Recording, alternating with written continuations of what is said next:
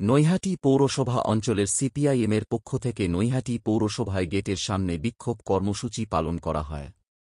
সিপিআইএমের কর্মী সমর্থকরা সিপিআইএম এরিয়া কমিটির কার্যালয় থেকে মিছিল করে নৈহাটি পৌরসভার সামনে আসে, সেখানে বিক্ষোভ জনসভা হয়। মূলত নৈহাটি পৌরসভার রাস্তা বেহাল, নিকাশি ব্যবস্থাও বেহাল হওয়ায় অল্প বৃষ্টিতে নৈহাটি পৌরসভার বেশিরভাগ ওয়ার্ড জলমগ্ন হয়ে যায়। নৈহাটি হাসপাতাল নৈহাটি পৌরসভার পরিচালিত মাতৃসদন হাসপাতাল, তার দুর্নীতি এবং নৈহাটি পৌরসভার অবসরপ্রাপ্ত কর্মচারীরা এখনও পর্যন্ত পেনশন পাচ্ছে না এবং আইসিডিএস কর্মীদের উপরে বিভিন্ন জনপ্রতিনিধিদের মানসিক চাপ সৃষ্টি করা, মানসিক অত্যাচার করা বিভিন্ন বিষয় নিয়ে আজকের এই বিক্ষোভ ও ডেপুটেশন পালন করা হয়। এই বিক্ষোভ বিক্ষোভ হয়।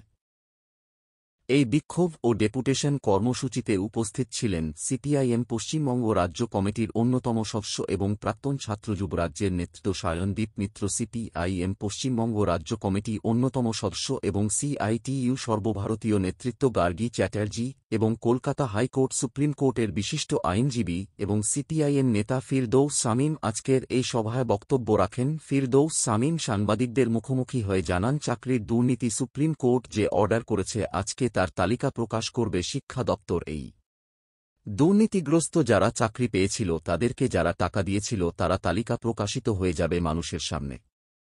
চাকরি চুরি নিয়ে এবং পৌরসভার নিযোগ দুর্নীতি নিয়ে বক্তৃতাতে বলেন।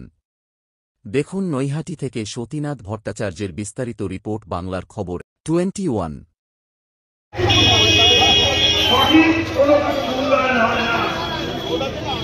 সাধারণ মানুষ এসে তাদের কাজ পান না, তারা ভোটে নিয়ে ঘুরে বেড়ায়। এমনকি আমাদের গলার আওয়াজ কমেনি। অনেকেই বলার চেষ্টা করেন যে সিপিএম শূন্য, লাল পার্টি নেই, কিন্তু দেখবেন দুই দলের নেতাই, কি এ দলের নেতা, কি ছোট ফুল কি বড় ফুল, যারা জনগণকে ফুল বানাচ্ছে, তারা প্রথম মঞ্চে উঠে সব থেকে বেশি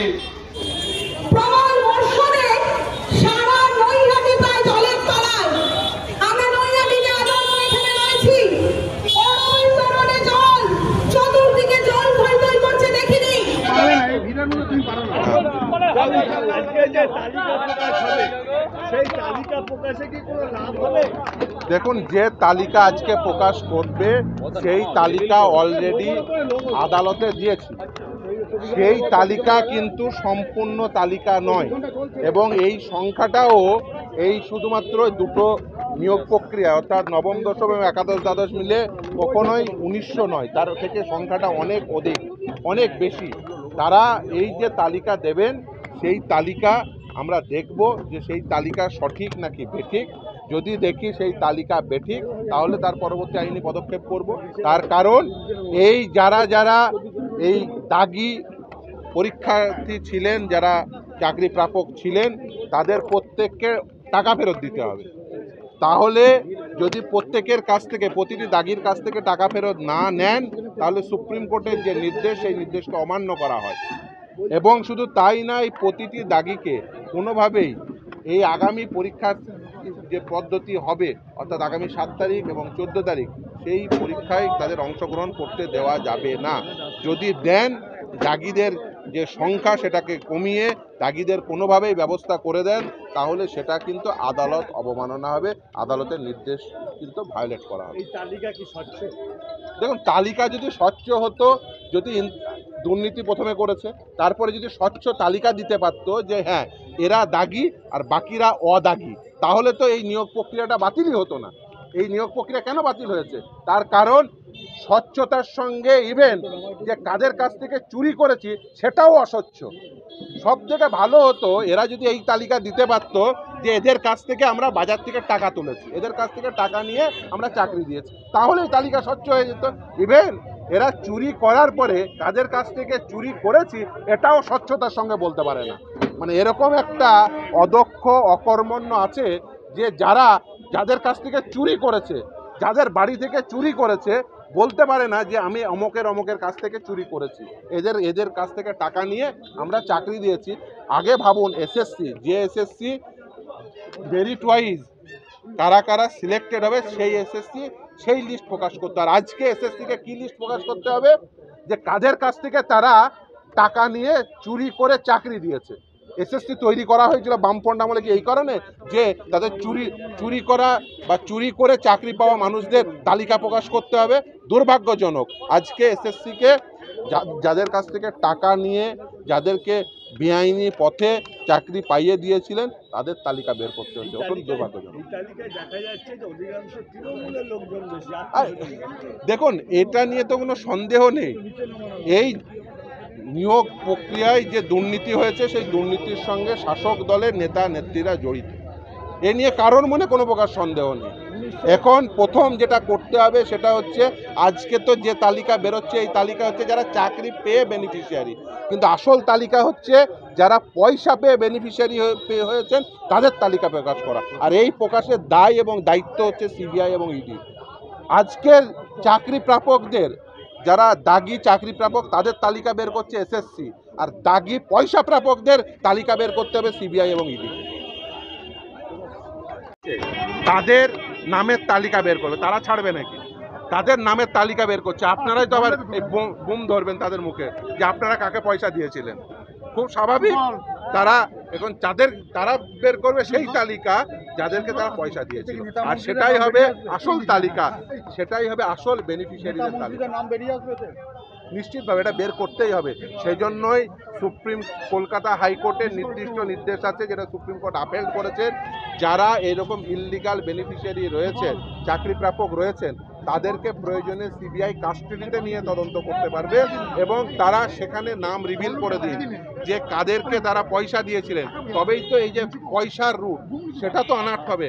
আমরা তো চাইছি যে যারা যারা পয়সা পেয়ে বেনিফিশিয়ারি হয়েছে, যারা এই চাকরি বিক্রি করে বেনিফিশিয়ারি হয়েছে, তাদের তালিকা বের করতে হবে। সেটাই হবে প্রকৃত এই ধরনের টেন্টেডদের তালিকা, যারা এই গোটা পদ্ধতিকে ত্রুটিযুক্ত করেছেন, কলুষিত করেছেন, সেটাই হবে প্রকৃত দাগীদের তালিকা। আর সেই প্রকৃত দাগীদের তালিকা বের করতে হবে সিবিআই এবং ইডিকে। তার কারণ এই তদন্ত ভার আছে তাদের উপরে।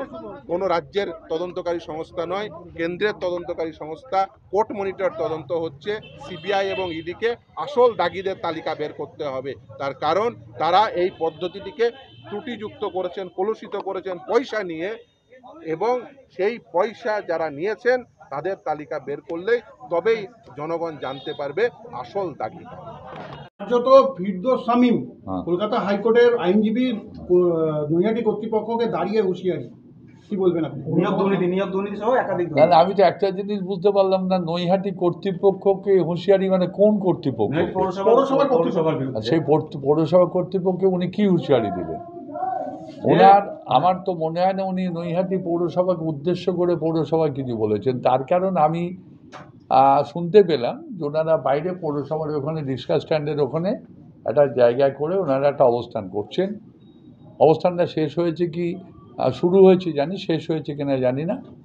কারণ ব্যাপারটা হচ্ছে উন্নয়নের পক্ষে যারা নেই, যারা উন্নয়ন নৈহাটি পৌরসভায় যদি বলা যায় বিগত দিনে নৈহাটি পৌরসভা যারা ইট গাঁথেননি, নৈহাটি পৌরসভা একটা রাস্তা 8 ফুটের রাস্তা 9 ফুট করেননি, নৈহাটি পৌরসভা পানীয় জলের ব্যবস্থাটা মানুষের কাছে মানে ভালোভাবে পৌঁছে দিতে পারেননি, নৈহাটি পৌরসভার কোনো রকম একটা নাট্যমঞ্চ তৈরি করতে পারেননি, নৈহাটি পৌরসভায় মানুষ এসে রাত্রিবেলা স্টেশনে বসে থাকতো, একটা যাত্রী নিবাস করতে পারেনি, নৈহাটি পৌরসভা একটা লজ করতে পারেনি, নৈহাটি পৌরসভা একটা ছোটোখাটো অনুষ্ঠান করার মতন একটা অনুষ্ঠান বাহিনী তৈরি করতে পারেনি। তাদের মুখে মানায় না কথাটা, ওনারা বলতে হয় তাই বলছেন। ওনাদের মানে বিলুপ্ত প্রাণীর মতন ওনারা একটু নাড়াচাড়া দিয়ে উঠছেন, উঠুক, তাতে আমাদের কোনো আপত্তি নেই।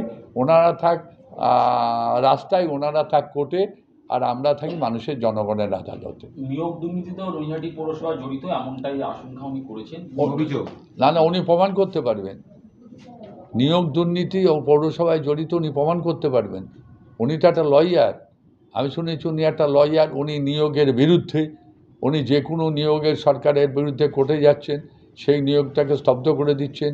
উনি নিয়োগ যে কোনো রাজ্য সরকার, মাননীয় মুখ্যমন্ত্রী যে কোনো প্রকল্পগুলো নিচ্ছেন যাতে মানুষকে চাকরি দেওয়া যায়, বেকারত্ব দূরীকরণ করা যায়, তা উনি প্রত্যেকটা জিনিস উনি আর বিকাশ ভট্টাচার্য উনি যাচ্ছেন হাইকোর্টে জনস্বার্থ মামলা করছেন, করে দিয়ে সেই মানে নিয়োগটাকে আটকে দিচ্ছেন। উনি প্রমাণ করতে পারবেন নৈহাটি পৌরসভা নিয়োগ দুর্নীতি। নৈহাটি পৌরসভা যখন নিয়োগ করে, শুনে রাখুন, নৈহাটি পৌরসভা যখন নিয়োগ করে, নৈহাটি পৌরসভায় যখন আমরা ভ্যাকান্সি ফিল আপ করি, তখন আমরা সমস্ত রকম সিস্টেম মেনে ফিল আপ করেছি। আমাদের রিক্রুটমেন্ট বোর্ড ছিল, আমাদের ডিএম রিপ্রেজেন্টেটিভ ছিলেন, আমাদের DLB joint secretary joint director ছিলেন। প্রত্যেকটা নিয়োগের যে ফর্মালিটি মেনটেন করা, নিয়োগের যে পদ্ধতি মেনটেন করার আমরা করেছি। আমরা কোনো এজেন্সিকে এখানে জায়গা দিইনি।